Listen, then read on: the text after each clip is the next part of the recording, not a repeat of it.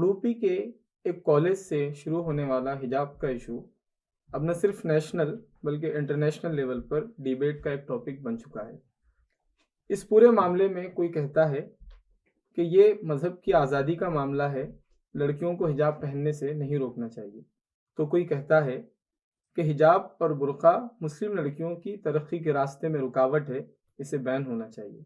तो कोई कहता है कि लड़कियों की आज़ादी, चाहे वो हिजाब या बुर्का पहने या ना पहने, इस मामले में ज़ोर ज़बरदस्ती नहीं करनी चाहिए। इसी पूरे मामले में इस इशू की हकीकत को समझने के लिए आज हमारे साथ जुड़ी हैं शाइमा एस। शाइमा एस की ख़ुद की भी चॉइस हिजाब है, बुर्का है। वो जेएनयू की रिसर्च स्कॉलर हैं और साथ साथ औरा मैगज़ीन की सब एडिटर भी हैं। शाइमा एस, द कंपेनियन में आपका वेलकम है।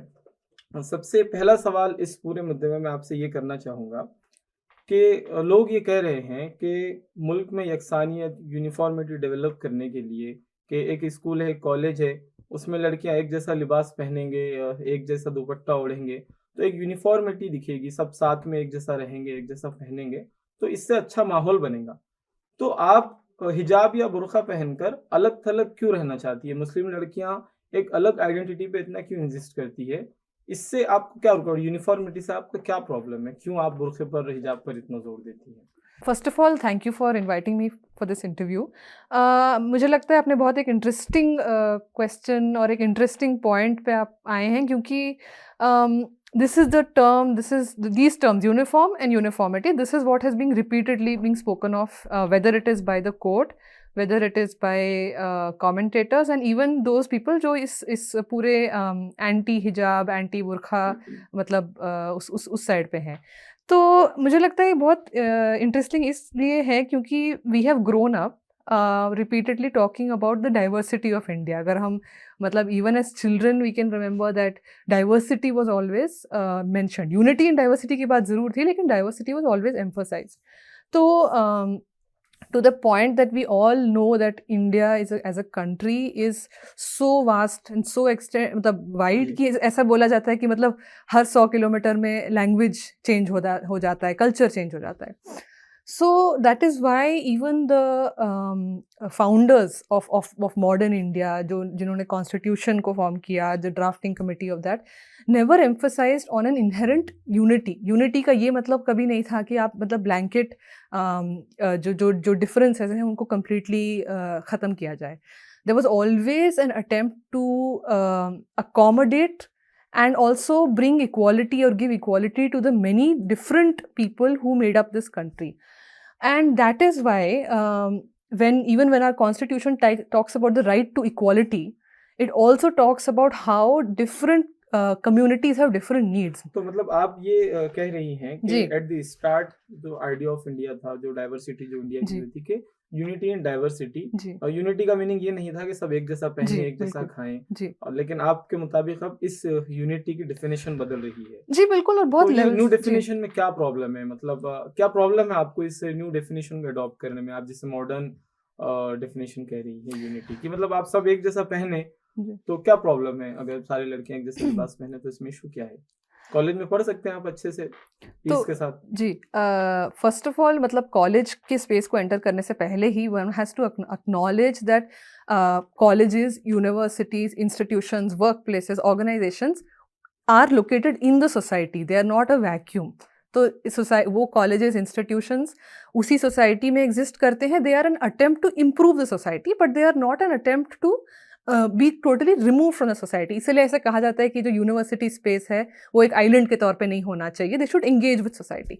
सो keeping that in mind, it is first of all an impossible task to erase the diversity of so many people. तो जब ये बात की जा रही है यूनिफॉर्मिटी के बाद, मैं एक इंटरेस्टिंग चीज़ बोलना चाहती हूँ कि यूनिफॉर्म्स एक पहली बात, हर जगह यूनिफॉर्म है नहीं। Whatever schools and whatever, but in some places, degree college जैसे कर्नाटका है, वहाँ पर जहाँ पर यूनिफॉर्म है, uniforms are always inherently meant to be a base in the sense that okay colour common हो सकता है, फैब्रिक कॉमन हो सकता है, but beyond that there has always been exception for religious minorities and there is always, for example एक basic example किसी ने बोला था कि प्रीफेक्ट्स और हेड गर्ल्स हेड बॉयज़ जो स्कूल्स में होते हैं उनको कभी कभी अलग ब्लेजर मिलता है, राइट? या फॉर एग्जाम्पल हाउसेज होते हैं ना स्कूल्स में, उनको अलग अलग कलर दिया रहता है. Why when we want uniformity, why do we acknowledge certain differences? Okay, तो इस पूरे जो हिजाब का इशू है, जो उडुपी, कर्नाटका के उडुपी से शुरू होकर अब एक इंटरनेशनल डिबेट बन चुकी है, तो आप इस इशू को देखते क्या है? मतलब ये जो स्टेप है, हिजाब बैन की स्टेप है, या हिजाब के साथ कॉलेज में डिसअलाउ जो गर्ल्स को किया जा रहा है, इस पूरे इशू को आप कैसे देखते हैं? मतलब ये क्या है? ये उनको तालीम से दूर करने की कोशिश है, या उनको आज़ादी दिलाकर उनके डेवलपमेंट की जो वे है उसको मज़ीद एक्सपांड करने की कोशिश है, या ये पोलराइजेशन की एक स्किल है, एक साजिश है? क्या है? इसको आप पूरे इशू को आप कैसे देखती हैं? आप वो हम उस बारे में हमको थोड़ा बताएं. देखिए, इसमें मेरे को लगता है कि दो मेन चीज़ें हैं. एक तो ये है कि Muslim women and Muslim community in general has struggled very hard to enter higher education in particular, and particularly जो बहुत marginalized background से आते हैं, खासकर मंडल मूवमेंट के बाद, if you study the data you will realize that Muslims have entered higher education at a very fast speed, और उसमें भी Muslim women are entering at a very fast speed, and because Muslim जो gender parity जो measure किया जाता है community का, उसमें Muslim women are almost at par, और वो exceed भी कर देंगी इंशाल्लाह. तो So that is one thing that has radically changed how campuses look. मैं जिस कैंपस में पढ़ती हूँ, 6 साल पहले, 7 साल पहले, 10 साल पहले भी आप उसमें इतनी बुरखा हिजाब पहनी हुई लड़कियाँ आपको दिखाई नहीं देती. Now you see more and more. So that is one point to note. The second point to note is that coastal Karnataka का जो एरिया है, वो अजीब चीज़ बोली जाती है कि कर्नाटका will become यूपी, जैसे फेसबुक पे बोला जा रहा है. आपने जो है आपके आर्टिकल में भी जी, जो लेकिन ऐसा है नहीं. देयर इज उडुपी खासकर जो एरिया है, which has been a long bastion, मतलब has been a bastion for right wing Hindutva thought for a very long time. तो बट एक और चीज़ जो नोट करने की बात यह है कि this is not the first time. It is the first time, I feel that first time that students have resisted to this extent.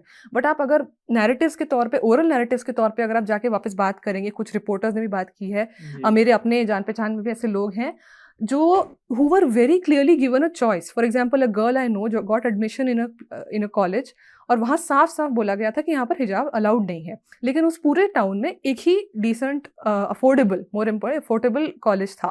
So she stopped wearing the hijab and she went to college. तो इतना ही था कि उस point पे एक resistance नहीं था, या एडमिनिस्ट्रेशन बात मान लेता था कि ठीक है आप पहन लो, दुपट्टा तो पहन लो, या स्टूडेंट्स गिव अप कर देते थे. Now it has reached a point where that issue has emerged into the open.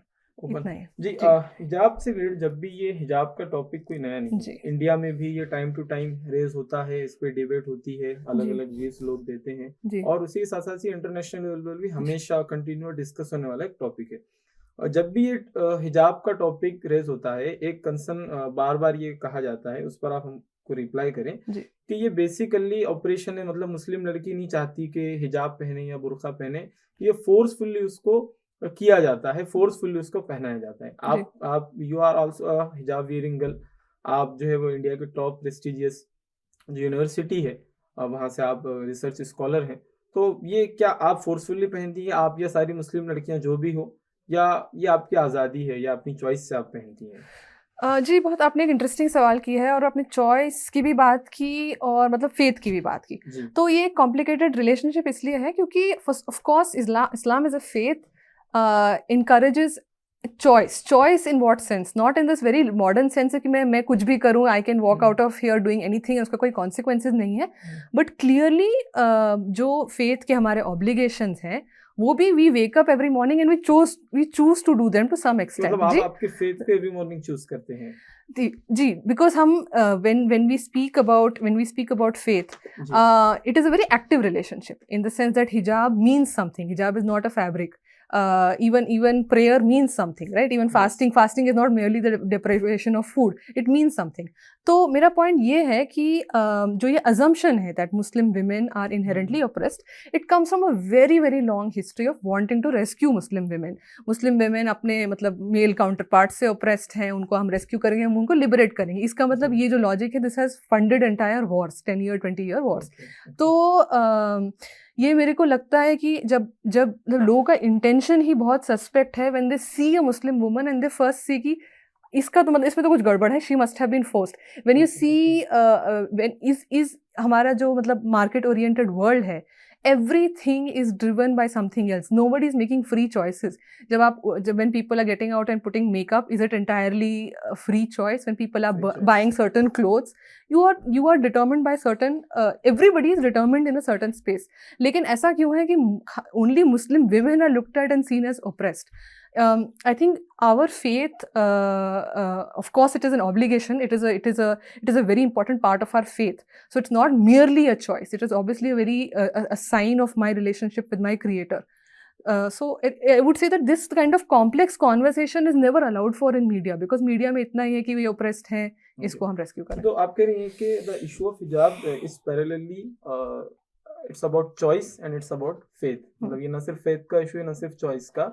ये उसकी फेथ का भी एक इम्पोर्टेंट पॉइंट है, लेकिन उसके साथ साथ ये उसकी अपनी चॉइस भी है. इसी से जुड़ा एक सवाल है कि इस पूरी डिबेट में अक्सर ये नैरेटिव आता है, लोग ये कंसर्न रखते हैं कि चलिए ठीक है कि अगर वो हिजाब पहन भी रहे हैं तो एक मुस्लिम लड़की की जो ग्रोथ है, उसका जो डेवलपमेंट है, उसमें उसका बुर्का, उसका हिजाब एक बड़ा हर्डल है. वो सफ़र नहीं कर पाएगी, वो एक अच्छी स्पोर्ट्स वूमन नहीं बन सकती है, वो लीडर नहीं बन सकती है.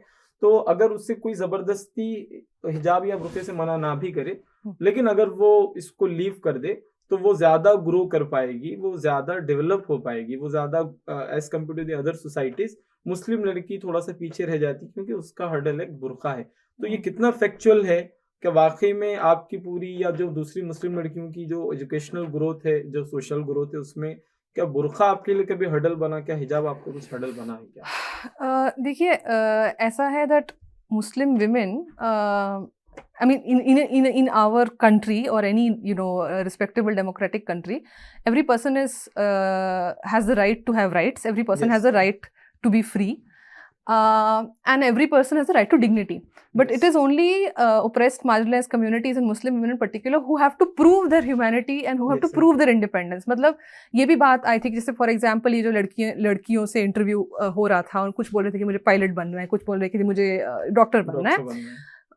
But ये मतलब in the sense that we do not have to be extraordinary to deserve respect.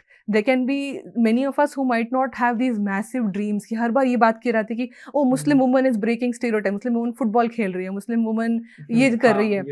So this almost, I feel like this whole discourse to find Muslim women who are breaking some stereotype, that says a lot more about the मतलब जो media and the people who are searching for this. जब शाहीन बाग हुआ तो लोग बार बार क्या बोल रहे थे कि पहली बार औरत मुस्लिम खातीन रेजिस्ट कर रही हैं. How do you know that they are never resisted in their lives? How do you know that they are not the decision makers of their families? How do you know कि उन्होंने अपने life में बहुत कुछ नहीं किया होगा? तो ये जो एक अजम्पशन है कि बुरखा वेयरिंग, हिजाब वेयरिंग और पायस और प्रैक्टिसिंग मुस्लिम विमेन आर मतलब इनहेरेंटली ऑप्रेस्ड हैं और उनको फिर वो they have to break free, मुझे ये पूरे नैरेटिव से काफी मसला है. तो आप भी कह रही हैं कि it's just an assumption and nothing. जी. सो क्या किया जा सकता है इस अजम्पशन को ब्रेक करने के लिए? क्या किया जा सकता है? मतलब अगर आपकी बात सही है कि ये अजम्पशन है, तो आपको क्या लगता है कि मुस्लिम वुमेन को कौन सा अप्रोच अडॉप्ट करना चाहिए कि ये अजम्पशन ब्रेक हो? जी. पहली बात, मुझे नहीं लगता कि मुस्लिम विमेन को अकेले मतलब काम करना चाहिए. मुस्लिम मेन, मुस्लिम कम्युनिटी भी साथ में है और साथ में जो हमारे नॉन मुस्लिम फ्रेंड्स हैं, हमारे रिलेटिव्स हैं, कम्युनिटीज़ हैं, जो भी हैं, they also have to be empathetic. But I would say that there is clearly a change, a sea change, because जो लोग आप अपने ओल्डर फैमिली मेम्बर्स से भी बात करें तो 30 years ago if any of them were attending a college और यूनिवर्सिटी, बहुत मतलब they were alone. Today there are people who are understanding, थोड़ा बहुत समझने की कोशिश कर रहे हैं. खासकर आप इस इशू में भी देख लीजिए, there are many people who are not Muslims who are empathetically trying to understand. So somewhere I feel like an open mind is very necessary, and an open mind and an open conversations are very necessary, and we encourage people to come and ask uncomfortable questions. कि आपको ठीक है, आपको कुछ बहुत अजीब लग रहा है, maybe this is very culturally different for you, come and ask questions, and if it is, as long as it is civil, even in this Udupi बी केस आई फील दैट अगर इन लड़कों को सच में मतलब let us assume in good faith कि इसमें कोई पॉलिटिकल मैनेजमेंट इन्वॉल्व नहीं और इन लड़कों को इनहेरेंटली कोई हिजाब को लेके बहुत डिस्कम्फर्ट हो रहा है, they can come have a civil conversation with those boy girls. इसी से रिलेटेड मैं एक पॉइंट आपको बताना चाहूंगा जी कि जो कर्नाटका हाई कोर्ट ने अभी जो जी जजमेंट दिया, तो उसमें कोर्ट ने ये भी कहा कि इन ए सिविलाइज्ड सोसाइटी जी like India, no person can be permitted to disturb public peace and tranquillity जी in the name of religion, culture और द लाइक। तो अकॉर्डिंग टू हाई कोर्ट जी कि आप in the name of religion और faith आप public peace को disturb नहीं कर सकते। तो इसका मीनिंग ये है कि बुर्खा या हिजाब अगर आपके फेथ का पार्ट है तो फिर ये डायरेक्टली पब्लिक पीस को और ट्रैंक्विलिटी को डिस्टर्ब करने का रीजन हो सकता है या इससे डिस्टर्बेंस हो सकता है। तो आप जी इस पे क्या रिप्लाई करेंगे? देखिए, पब्लिक ऑर्डर और हार्मनी हेल्थ जो है हमारे कॉन्स्टिट्यूशन में कुछ कंडीशंस हैं जो कुछ रिलीजियस कुछ फ्रीडम्स और कुछ फंडामेंटल राइट्स पे किए गए हैं। फॉर जी example the freedom to religion, for example even the freedom to propagate one's religion, उस पे एक कंडीशन है कि आप जी पब्लिक ऑर्डर, हार्मनी और पब्लिक हेल्थ को वायलेट हार्म ना नहीं करें, होना चाहिए, हार्म वायलेट नहीं नहीं होना होना चाहिए। चाहिए। लेकिन पहली बात before we come to the question of whether hijab is violating public order और नॉट, पब्लिक ऑर्डर का जो आइडिया है वो स्टेट का रिस्पॉन्सिबिलिटी है to some extent, right? State is जी responsible for maintaining a peaceful and law democratise and society. Order. And in this case, for example, to say what has happened is that public law and order has collapsed. There are boys who are jumping outside the school and screaming and threatening women. And तो child public order abuse slogans, yes. public order responsibility किसका था? State का था. They have failed to maintain public order, right? And then what are they saying? Okay, public order maintain नहीं हुआ. Now you sacrifice your fundamental right so that public order can be maintained. Technically अगर आप सोचें अगर ये जो order आ गया है और कल जी सारी कर्नाटका की लड़कियां बिना हिजाब बेपर्दा पब्लिक स्कूल चले जाएं तो public order will be resume, no, because those boys will stop protesting, उनको जो चाहिए था वो मिल जाएगा। मिल जाएगा। तो पब्लिक ऑर्डर कैन नॉट, मतलब पब्लिक फंडामेंटल राइट्स के कॉस्ट पब्लिक ऑर्डर नहीं आ सकता है, ये मेरा एक क्लेम है। दूसरी ये बात है कि पब्लिक ऑर्डर का जो ये कंडीशन राइडर है, this has been invoked previously in many other incidents, जैसे Shaheen Bagh was a threat to public order, conversion, religious conversion का जो पूरा डिबेट है, हादिया जो आपको मालूम है केरला में जो एक केरला लड़की, में जब उसके केस में क्या इन्वोक हुआ था, केरला ने हाईकोर्ट ने भी यही बोला था कि पब्लिक ऑर्डर वायलेट हो रहा है by one girls conversion. And similarly जैसे कुंदापुर की एक लड़की ने बोला कि डज माई हिजाब मेक नॉइज, मतलब क्या क्लास में वो मतलब आवाज करता है, तो क्लास का ही पब्लिक ऑर्डर जब डिस्टर्ब नहीं हो रहा तो एक स्टेट और एक नेशन का पब्लिक ऑर्डर कैसे डिस्टर्ब हो सकता है from a piece of fabric और अ स्कार्फ और anything that does not cause any problems. आप भी क्लेम कर रहे हैं कि मेरे हिजाब पहनने से क्या पब्लिक ऑर्डर कैसे डिस्टर्ब होगा, क्या मेरा हिजाब मेकिंग नॉइस करता है, तो फिर ये क्लेम क्यों किया जाता है? मतलब फिर इस क्लेम का रीजन क्या है कि हिजाब से पब्लिक ऑर्डर डिस्टर्ब होने के चांसेस है? इसके बिहाइंड क्या रीजन है? मतलब अगर एक्चुअल में इससे डिस्टर्ब होता नहीं है तो फिर भी ये कहा जा रहा है, तो आपको क्या लगता है इसके पीछे क्या रीजन है? Because it's not just about the fabric, literally, it is not just about the hijab as hijab, right? Because if you look at it, if you take away all the religious conviction or faith that Muslim women have towards the hijab, it's essentially still just a piece of fabric, right? Like आपके jacket की तरह है या मतलब कुछ भी pant की तरह। लेकिन it is not to do particularly with the hijab, it is to do with the fact that Muslims in India, particularly जब वो थोड़े vocal होते हैं, organized होते हैं और अपने और education को enter कर रहे होते हैं, they are inherently, they are now being seen as a threat. And they are being seen as disturbing something. जो in fact जो literature, जो right wing literature भी आया है, what does it say? You can be Muslims, but you should be civilisationally Hindu. आप मतलब एक Indian culture में आप फिट हो जाएं। ये आरएसएस के जो भी great quote and quote leaders थे उनका टेक्स्ट से है ये। तो Muslim women who are practising, Muslim men who go to the मस्जिद, Muslim men who fight for rights, they are not seen as civilisationally Hindu. तो उनका जो ओरिजिन्स है, दे आर सस्पिशन क्या दिखा रहा था, राइट? क्लेम कर रही हैं कि this is not a issue of public peace and law and order. आप ये कह रही हैं कि वन नेशन वन कल्चर की जो बात है तो ये उसका पार्ट है, और ये पीस एंड ऑर्डर की जो बात है ये तो एक महज एक बहाना है, आप ये कह रही हैं। ओके, ठीक है।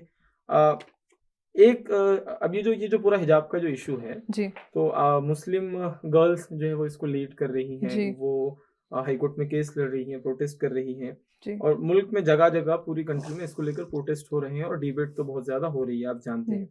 तो मेरा क्वेश्चन आपसे ये है कि आपको क्या लगता है कि ये जो हिजाब का जो इशू है, क्या ये प्रोटेस्ट का इशू है? इसे सॉल्व करने के लिए क्या सारी मुस्लिम गर्ल्स को इंडिया लेवल पर प्रोटेस्ट करना चाहिए, पीसफुल प्रोटेस्ट करना चाहिए, या ये सिर्फ डिबेट का इशू है? मतलब ये कैसे रिजॉल्व हो सकता है आपकी ओपिनियन में? क्या वे होना चाहिए इसको रिजॉल्व करने के लिए? देखिए, मैं ना तो लीगल स्कॉलर हूँ, ना पॉलिटिकल एनालिस्ट हूँ, so there is no way to clearly say कि एक सोल्यूशन क्या है. However, I do not think it is an issue only of debate, because हिजाब is an essential practice of Islam and this has been established even in our own law courts. तो अगर किसी का, देखिए, जब Karnataka high court का interim order आया परसों, it courts are meant to defend the fundamental rights of citizens. That is what is the right to have rights also, ना, कि अगर आपका कोई fundamental right of movement कल violate हुआ, आप एक court के पास जाते. That is why despite everything victims of violence, victims of pogroms, वो interview में क्या कहते हैं? हमें Indian judiciary में faith है, right? But in this interim order किसी का fundamental right violate हो रहा है, right? अगर वो लड़कियाँ कल स्कूल, मतलब they are forcing the girls to choose between religion and education, first that is a very clear thing. तो आई वुड से दैट ये लीगली हो या कोई भी पीसफुल टर्म्स से रेजिस्टेंस हो, that is very much the right of these girls and not just these girls, but people who should support them. Shaheen Bagh की तरह ऐसा नहीं होना चाहिए that only the people who are affected are protesting in their own cities and mohallas.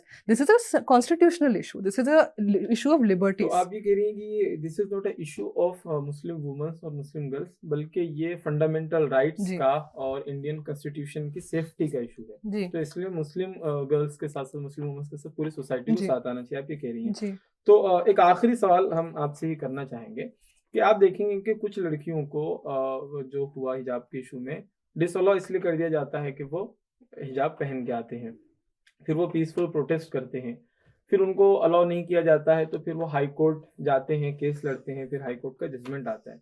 तो ये जो पूरे मामले में एक चीज़ जो नज़र आ रही है कि एक तरफ कॉलेज का लॉ है, कॉलेज का एडमिनिस्ट्रेशन है, हाई कोर्ट है, पुलिस है, और दूसरी तरफ गर्ल्स हैं जिनसे सिर्फ डिमांड ये है कि आप अपना हिजाब या बुर्का उतार कर आ जाएं और दूसरी लड़कियों की तरह दुपट्टा डालकर आप गले में जो है वो एजुकेशन हासिल करें, आप अच्छे से पढ़ें, तरक्की करें. लेकिन मुस्लिम वुमेन ये बात मानने के लिए तैयार नहीं है. मतलब वो नेशनल लेवल पर, इंटरनेशनल लेवल पर डिबेट करने के लिए तैयार है, वो कानूनी लड़ाई लड़ने के लिए तैयार है, लेकिन हिजाब पर वो किसी भी सूरत में कॉम्प्रोमाइज करने के लिए तैयार नहीं है. तो मेरा क्वेश्चन ये कि हिजाब से ऐसा आखिर आपका क्या रिश्ता है? क्यों हिजाब इतना एसेंशियल पार्ट है आपके लिए? कि मतलब आपको क्या डर नजर आता है कि अगर हिजाब आप ना पहने तो क्या रिश्ता है आपका हिजाब से? सी आई थिंक एक बहुत फंडामेंटल सवाल आपने पूछा है, क्योंकि ये सवाल हमने आपसे इसलिए भी पूछा कि इस पूरी डिबेट ने क्यूरोसिटी को भी जन्म दिया कि मुस्लिम वुमन एजुकेशन का मामला है, वो फिर भी इतनी फाइट कर रही है अपने हिजाब के लिए, तो हिजाब उसके लिए क्या मायने रखता है, क्यों इतना इम्पोर्टेंट है हिजाब उसके लिए? बहुत सारे लोग ये भी जानना चाहते हैं. हम चाहते हैं कि आप क्लियरली ये बताएं कि क्यों इतना हिजाब आपके लिए इतना ज्यादा इम्पोर्टेंट है. आज ही मेरे से किसी से बात हो रही थी कि जब मुझे लगता है कर्नाटका हाईकोर्ट ने जब इंटरिम ऑर्डर दिया, बोला कि आप थोड़े दिनों के लिए आप बिना मतलब हिजाब के चले जाइए, तो somewhere there is a fundamental disconnect. मतलब a court can just say कि आप थोड़े दिनों के लिए एडजस्ट कर लीजिए, for example, you know. And on the other hand, there is a very personal relationship that keeping aside the debates of constitutionality etc, क्योंकि वो हमने already बात कर लिया है. On the other hand, there is a very personal relationship that Muslim women have to hijab, because it is that very personal relationship that they have with their religion and with their creator, in the sense that hijab is mandated for all Muslim men and Muslim women. And so for us it is something that comes from our creator. It is not something that has been given to us by any man, or it is not something जो हम किसी एक human being के relationship में major करते हैं कि आज इसने बोला तो मैं पहन लेती हूँ, आज इसने नहीं बोला तो मैं निकाल देती हूँ. और every Muslim woman has a relationship to the idea of hijab, I would say. In fact, I would say कि मतलब unfortunately in our terms hijab and headscarf को मतलब interchangeably use किया गया, right? But hijab is a much broader thing. So I would say that it's not just a question of the women who cover their head. Even other women who might not cover their head have a very intimate relationship with modesty, क्योंकि modesty बहुत सारी चीज़ों की होती है. मतलब there is modesty of the eyes and there is modesty of your dress and the way you interact with men. So I would say कि ऐसा नहीं है कि these women do not observe hijab at all. They observe hijab in whatever their understanding is, whatever whatever the relationship is, and it is always a growing journey. आप अपने life में और आप गौर फिक्र करते हैं, आप थोड़ा और सीखते हैं, and you come to a point where your relationship to your creator gets better, and you, inshallah, you also grow. So I think this is a very intimate and a very personal relationship which our law courts have failed to understand. For them it is just like अच्छा आप आज today you don't wear socks for 4-5 days, court judgement आ जाएगा, उसके बाद आप पहन लेना, इसमें दिक्कत क्या है? तो again when you said that, the very interesting thing you said that कि एजुकेशन का मामला है, like girls are not willing to go to the college because of hijab. So isn't that, मतलब खासकर लोग ऐसे भी बोलेंगे शायद कल की, look their parents have struggled so much to send them, और वो नहीं जाने को तैयार नहीं है. But this is the false choice that these Muslim women are rejecting ना. कोर्ट ने, इन्होंने कभी नहीं बोला है कि हम एजुकेशन या हिजाब चूज करेंगे. Women have always observed their modesty and gone in every field, whether that is science or public life. But it is the court that is now telling them education or hijab. So ये, this is, I would say that this false choice that is being presented, ये जो जिद है, और हम उसको जिद बोल सकते हैं, very proudly we can call it जिद, वो जिद इस चीज का रिजेक्शन है कि हम ये चॉइस नहीं बनाएंगे. वुमन ने कभी भी दो ऑप्शन इस मामले में नहीं बनाए जी. ये तो कोर्ट ने क्रिएट कर दिया जी, बिल्कुल. दो ऑप्शन का मामला, या तो आप एजुकेशन चुने या आप हिजाब चुने. तो आप ये कह रही हैं इन कंक्लूजन ये कि हिजाब इस सिर्फ एक ड्रेस कोड का इशू नहीं है, ये बेसिकली शो करता है आपके रिलेशन को आपके क्रिएटर के साथ. तो हिजाब is a symbol of your relation with your creator, आप ये कह रही हैं. जी बहुत बहुत शुक्रिया द कंपेनियन के साथ जुड़ने के लिए और हमारे साथ बातचीत करने के लिए. हम आपसे फिर मिलेंगे नए इंटरव्यू के साथ, नए टॉपिक के साथ. बहुत बहुत शुक्रिया.